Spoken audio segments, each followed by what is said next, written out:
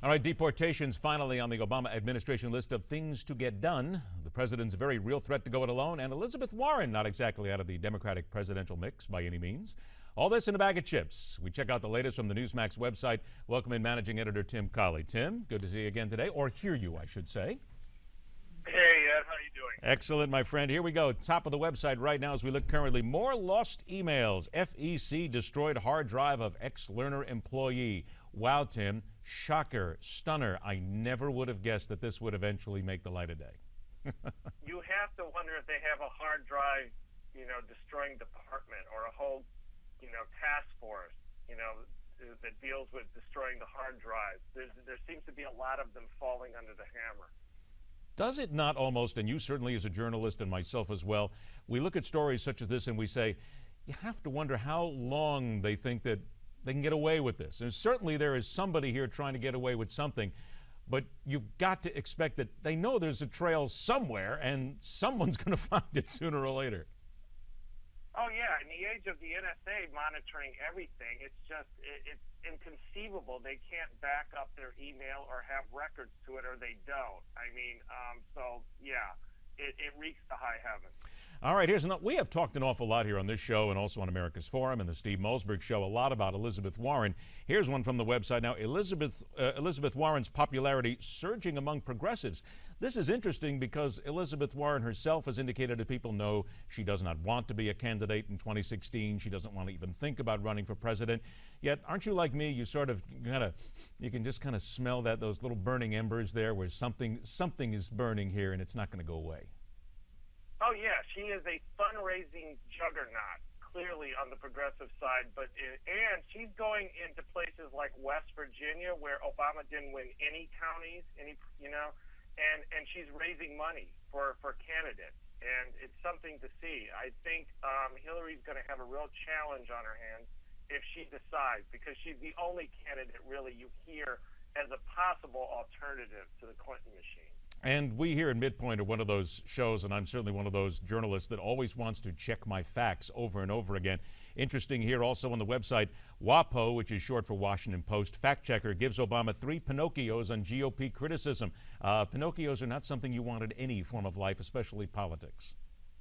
No, the nose is growing very long on this one. Obama claimed that the GOP isn't putting up any alternative plans, suggestions, or bills to his ideas, which is just ridiculous on the face of it.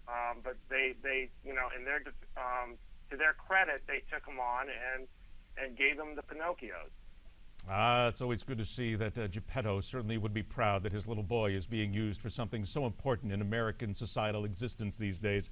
That's all on the Newsmax website. Mr. Collie, thank you very much for joining us, sir. We'll do it again tomorrow. Hey, Ed, you have a good one. You too, Bye. buddy. All right, and don't forget Newsmax.com, all the news right here. And now let's take just a moment to sit back, relax, think about America, and enjoy this American moment. Christened on January 29, 1944, by the daughter of future President Harry S. Truman, the USS Missouri was our country's last great battleship and rapidly became the pride of the American Navy. On the 11th of April, 1945, she was attacked by a kamikaze pilot who crashed his aircraft into her starboard side, causing minor damage, which can still be seen to this day.